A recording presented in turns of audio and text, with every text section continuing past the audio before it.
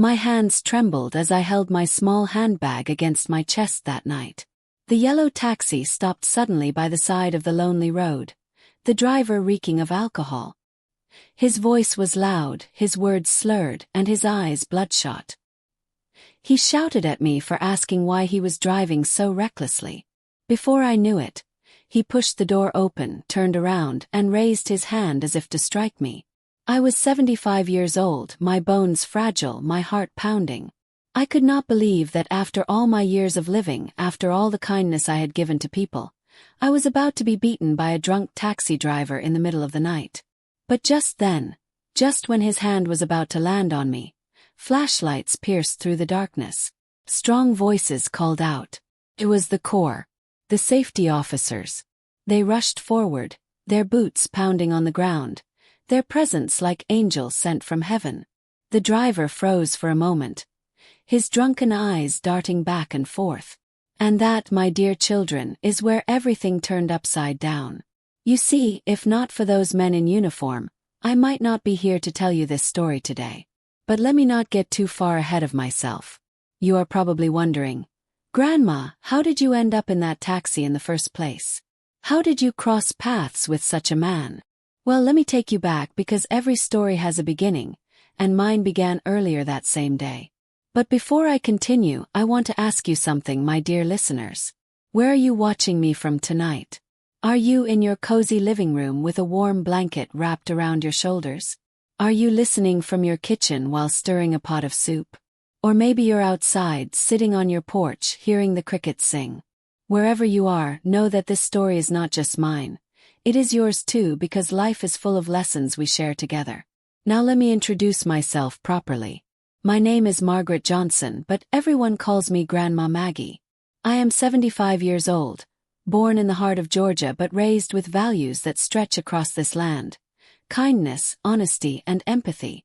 My late husband, God rest his soul, always said that kindness is like planting seeds in a garden. You may not see them bloom today, but one day, someone will sit under the shade of that tree you planted. That morning, before all the trouble, I woke up with a simple mission: to visit my old friend Clara, whom I hadn't seen in nearly 20 years. Clara was a kind woman with a soft smile, the type of friend who never forgets your birthday even when life gets hard. She had just lost her husband, and I knew she needed company. At my age, friendship is one of the sweetest gifts left, so I decided I would go see her no matter what it took.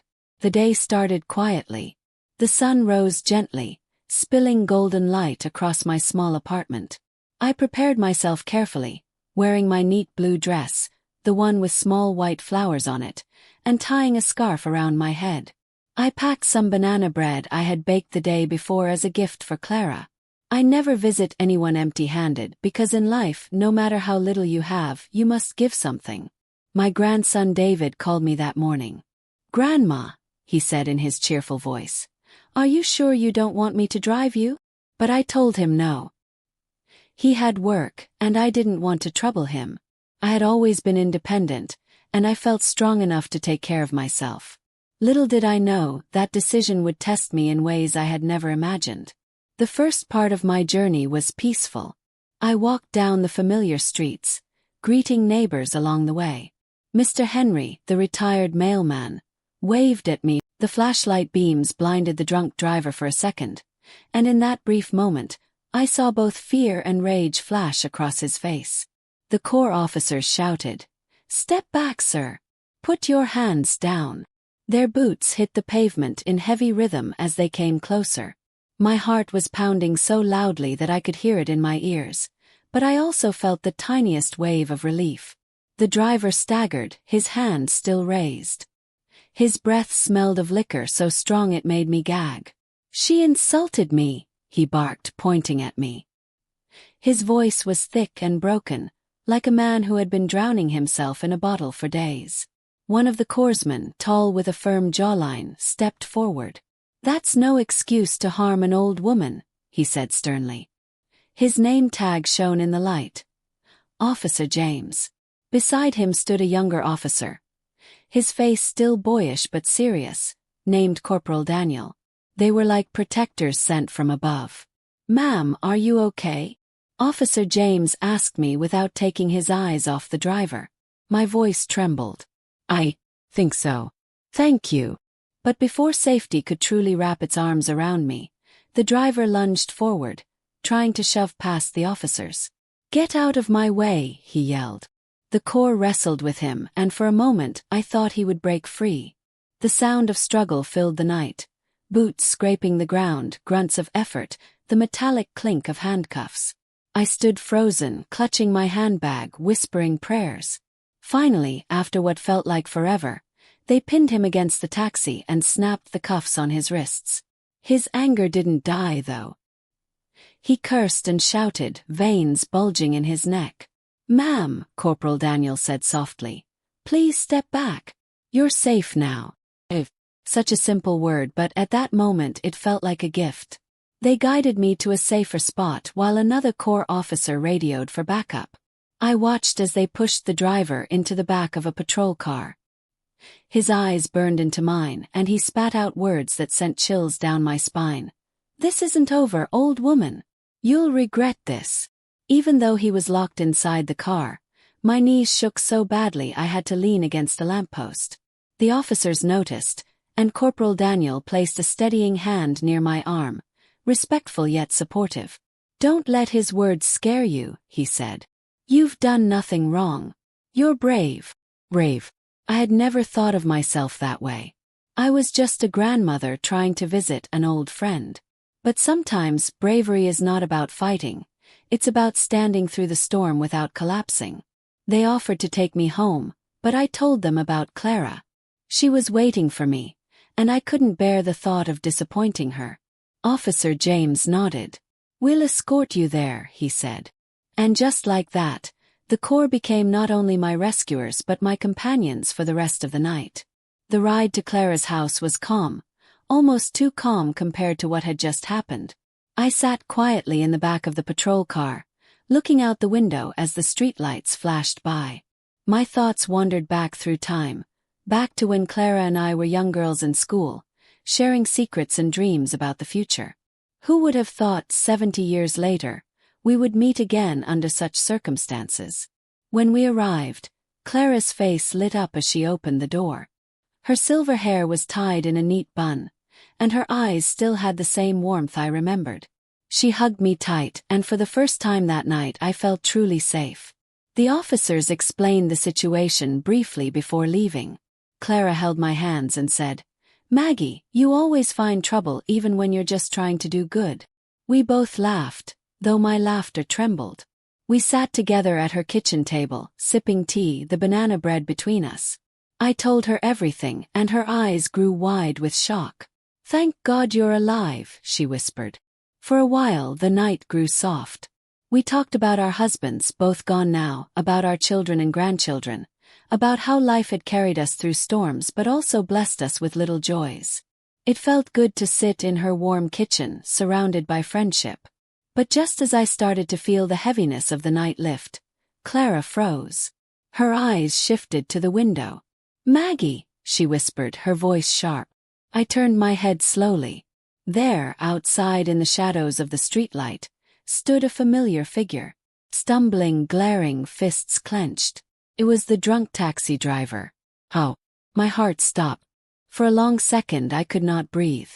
The man's shadow stretched across the yard, and his body swayed like a tree ready to fall. His eyes glared through the window, and even from that distance, I could see the madness in them. "How did he get here?" Clara whispered, clutching my hand tightly. "Didn't they arrest him?" My throat was dry. "They did. I saw them put him in the car." The drunk driver banged on the window suddenly, making us both jump. "Old woman," he slurred, his voice muffled by the glass. "You think you can get away from me?" Clara quickly drew the curtains and grabbed the phone. Her fingers shook as she dialed the emergency number. I could hear my heart beating in my ears as I prayed the Corps would return. But the banging grew louder. The man circled the house, his fists slamming against the siding, his voice echoing in the quiet night. "Come out. You can't hide forever." We ducked low, afraid he might see us. Clara whispered, "Maggie, stay down." You're not strong enough for this. I know, I replied softly. But I won't let him hurt you either. Moments felt like hours until finally the sound of sirens filled the air again. Flashing lights swept across the windows. The driver cursed loudly, stumbling back into the darkness, but it was too late. The corps officers leapt from their cars, surrounding him. This time the struggle was harsher. I heard the grunts, the heavy thuds, the shouting. Then the snap of cuffs again. Officer James's voice rang out, commanding and stern. That's enough. You're going in for real this time. Clara and I stayed huddled inside until an officer knocked gently on the door. He's in custody, he assured us. We'll make sure he doesn't get near you again. Only then did I feel my breath return. My shoulders sagged with both relief and exhaustion. Clara made us both sit at the kitchen table again, pouring more tea, though her hands shook so much that some spilled onto the tablecloth. We tried to laugh it off, telling ourselves it was over, that sometimes life throws storms at us but the sky's always clear again. And for a while it did feel calm. We talked late into the night about our youth, remembering the dances we went to, the boys who tried to impress us, the times we sneaked pie from the cafeteria. Clara's laughter, though older, still sounded the same. For a moment, I forgot the danger outside and remembered the joy of living. But peace never lasts long when danger lingers in the shadows. It was just after midnight when my body suddenly betrayed me. I had been speaking when I felt the room tilt sideways. My words slurred, my breath caught, and my vision blurred. Clara leapt to her feet, crying out, "Maggie!" My teacup slipped from my hand and shattered on the floor. My knees buckled, and the last thing I saw before darkness took me was Clara's terrified face leaning over me, shouting for help. When I opened my eyes again, everything was white. The ceiling above me was bright with hospital lights, and the steady beep of a machine hummed beside my bed. For a moment I thought I was still dreaming. Then Clara's tearful face came into view. "Maggie," she whispered, clutching my hand. "Thank God you're awake." I blinked slowly, confused. My body felt heavy, my throat dry. "Where am I?" "You fainted," Clara explained, her voice trembling. "You scared me half to death. The ambulance rushed you here. They said it was exhaustion and stress. Maggie, your heart can't take all this excitement." I let out a weak laugh. At my age, even a surprise birthday party could knock me out. Clara wiped her eyes, half laughing, half crying. A nurse came in just then, cheerful and kind. "Good morning, Mrs. Johnson," she said softly. "You gave us quite the scare. But you're stable now. We'll keep you for observation tonight." I thanked her, though I felt embarrassed. I had always prided myself on being strong, but lying there in a hospital bed reminded me that even the strongest trees eventually bend with age.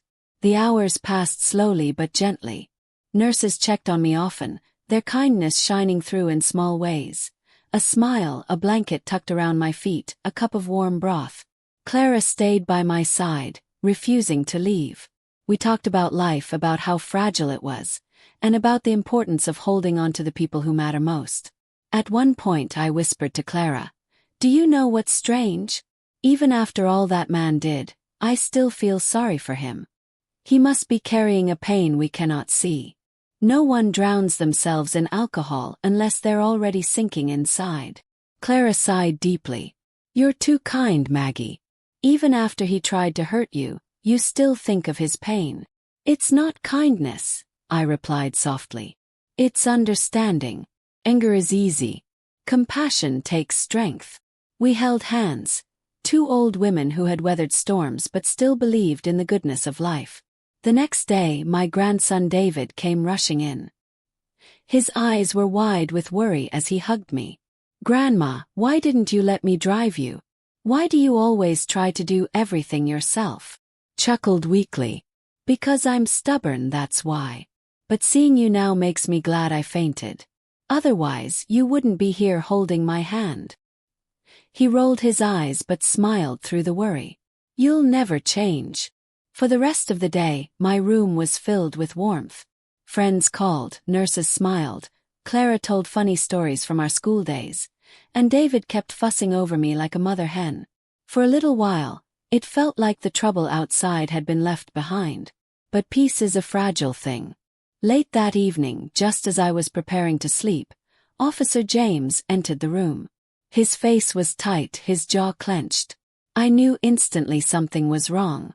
"Mrs. Johnson," he said carefully, "I wanted to check on you. But I also need to tell you something important." My chest tightened. "What is it?" He glanced at Clara and David before speaking. "The drunk driver. He escaped custody earlier today." The room fell silent. I heard only the steady beep of the monitor beside me, echoing my racing heartbeat. How is that possible?" Clara stammered, her hands gripping the chair. Officer James sighed. "He was being transferred to another facility when he overpowered one of the guards. He's dangerous, and we believe he might come looking for you again.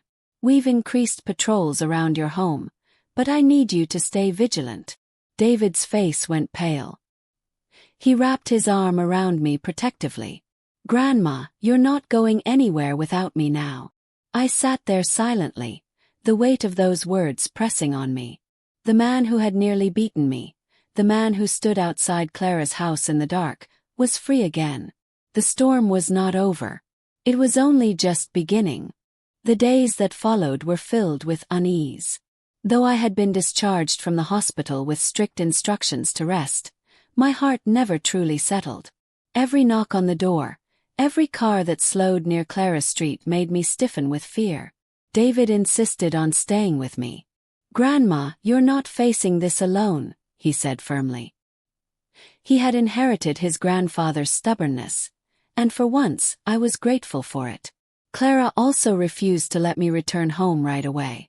"You're safer here," she said. "Besides, I like having someone to share tea with again." The Corps kept their word. Patrol cars passed by often, their presence like a shield of protection. Officer James visited twice, reminding me gently that they were watching closely. Yet his eyes carried a warning too. He didn't have to say it. He knew, and I knew, that a man full of hate and liquor doesn't stop easily. To keep our spirits up, Clara and I leaned on kindness. Every morning we baked bread or cookies and shared them with neighbors, especially the children. We told them stories from our youth, making them laugh until their cheeks turned red. David even fixed Mrs. Harper's broken fence, saying, "If we're going to be here, we might as well spread some good." I realized then that kindness is not just a virtue. It is a weapon. It builds walls stronger than fear. Every smile we gave, every loaf of bread we shared, felt like one more stone in the fortress protecting us. But even fortresses can be tested.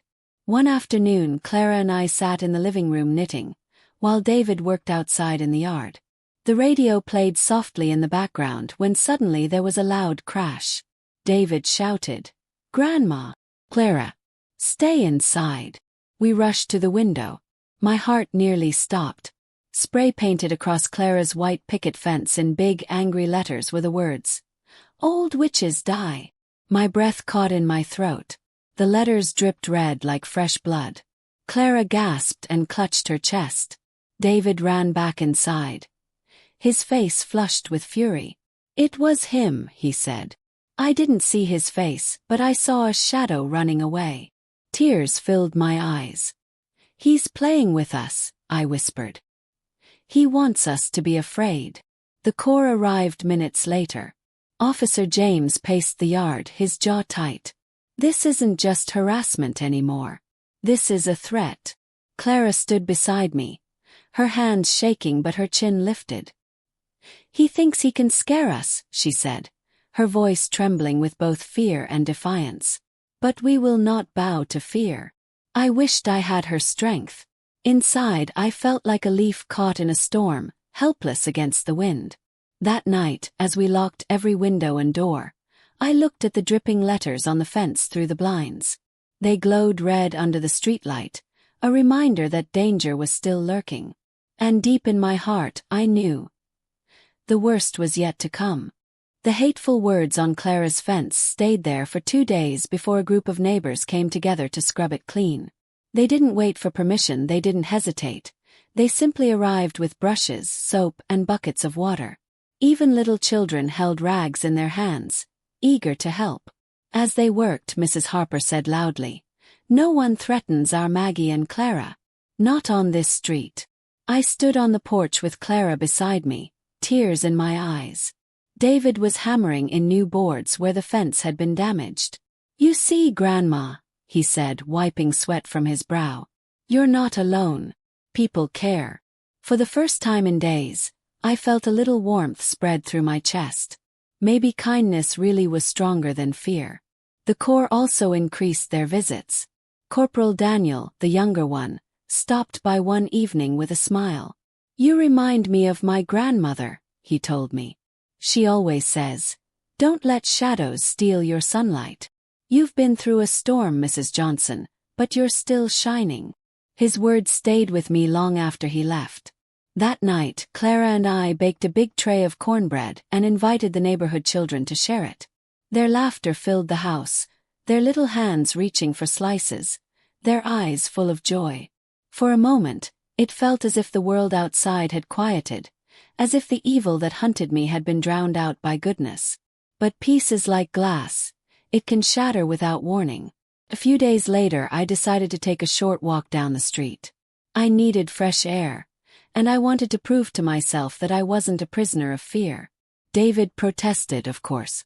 "Grandma, at least let me walk with you," he said. But I smiled gently. "I'll be fine, David. Just around the block. The Corps are nearby, and I'll be back before you know it."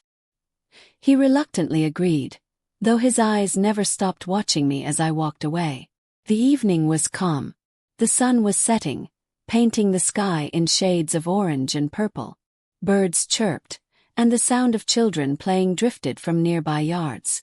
I breathed deeply, feeling stronger with each step. But as I turned the corner, the street grew quieter. The laughter of children faded, and the houses stood still, their windows glowing faintly. I was just beginning to turn back when I heard it.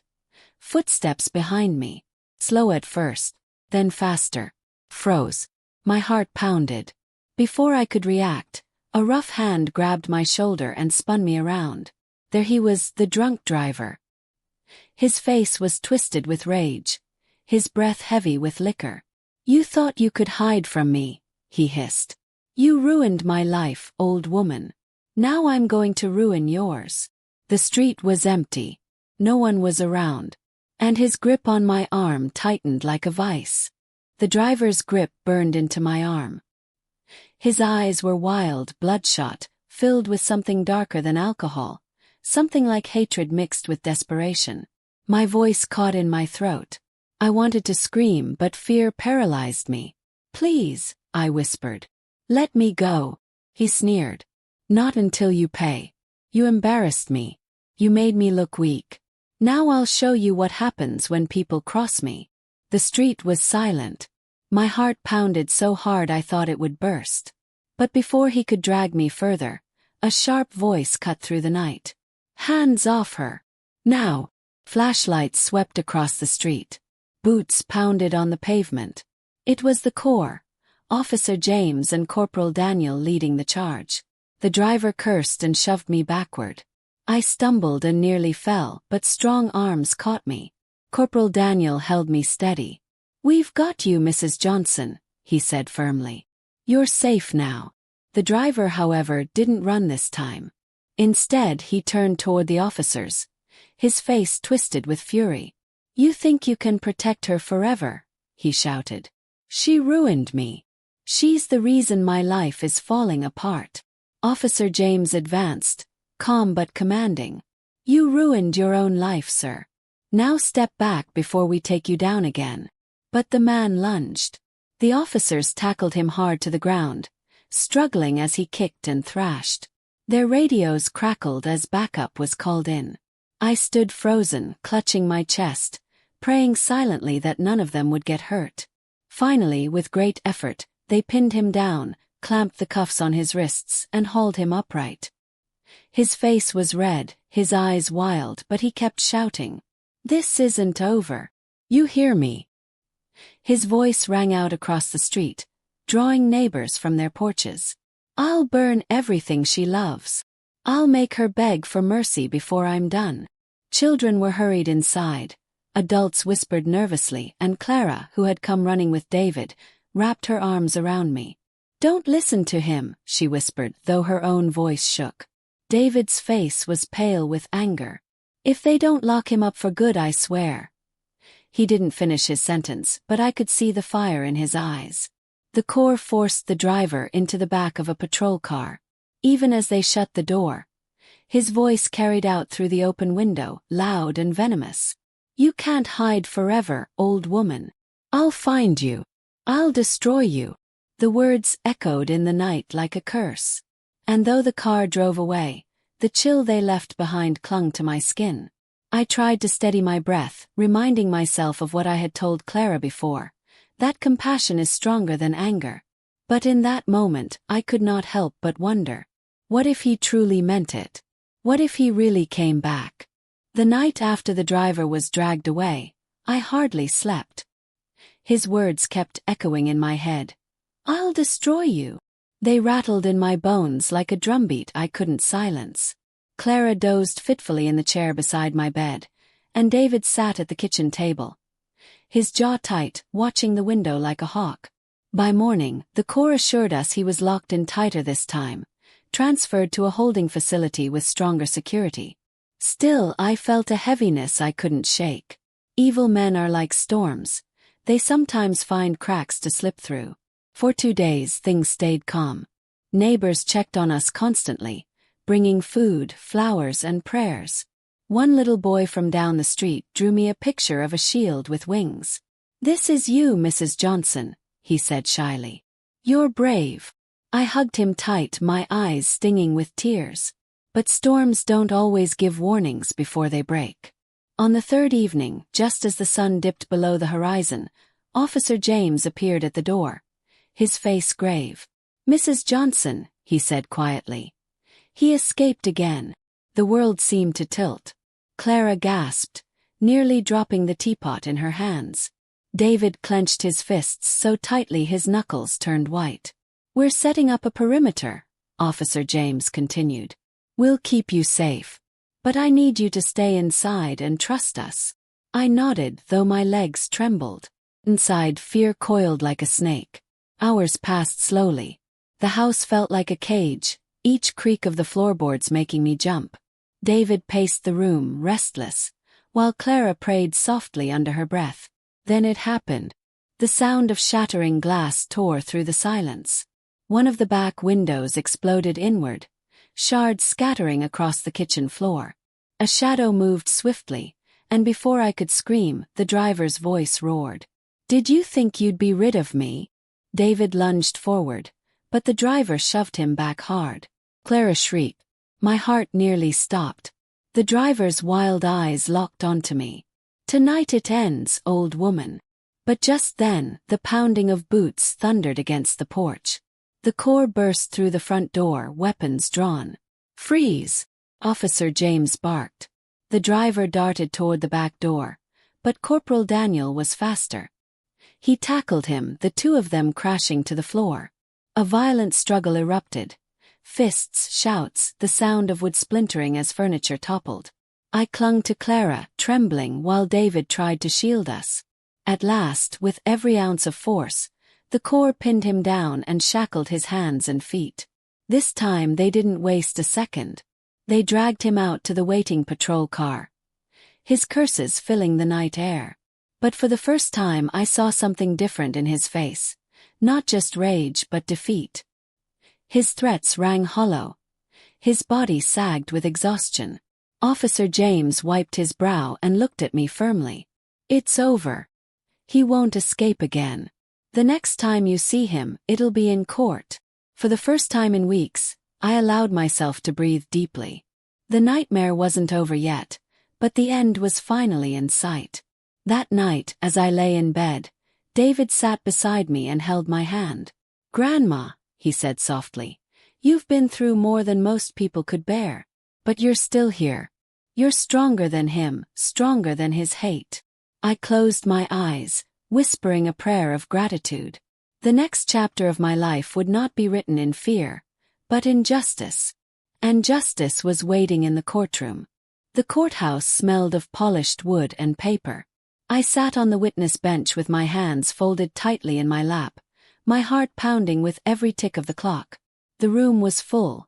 Neighbors, friends, even strangers who had heard whispers of what happened. Clara sat behind me, clutching her rosary, and David stood like a soldier at my side, his eyes sharp and steady. When they brought him in, chained and guarded, the room grew tense.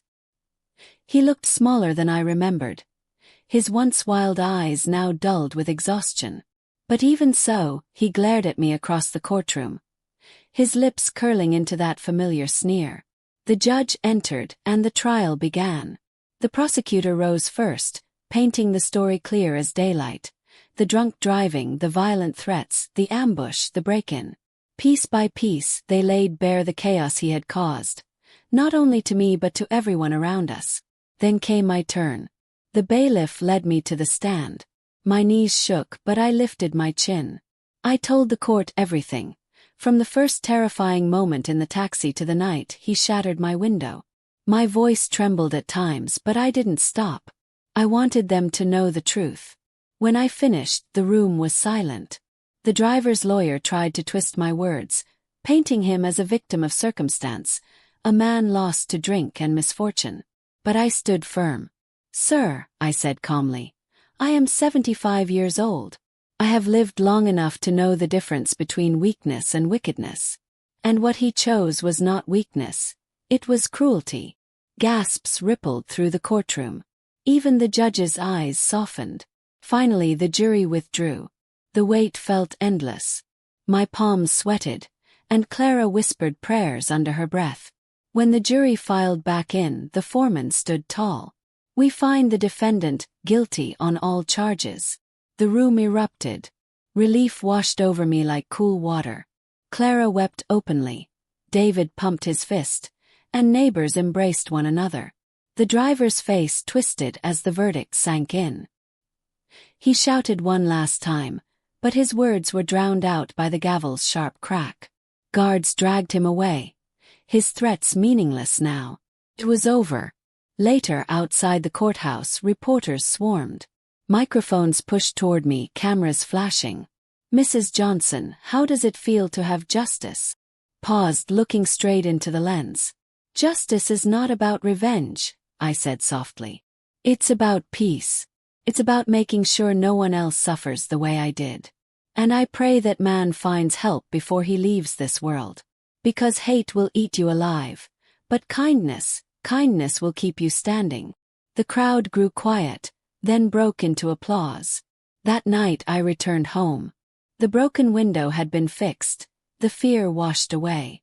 Neighbors left casseroles on my porch, children's drawings filled my fridge, and Clara and David sat with me on the sofa, holding my hands as the stars blinked through the night sky. I closed my eyes, whispering a prayer of thanks. Not for surviving, but for learning that even when evil rises, there are always good people ready to fight beside you. At 75, I had been shaken, threatened, nearly broken. But I stood tall. And if there's one thing I want you, dear listener, to remember, it is this. Never let fear silence you. Never let cruelty harden you. And never forget that even in the darkest night, there are hands, kind, strong, steady, ready to pull you back into the light.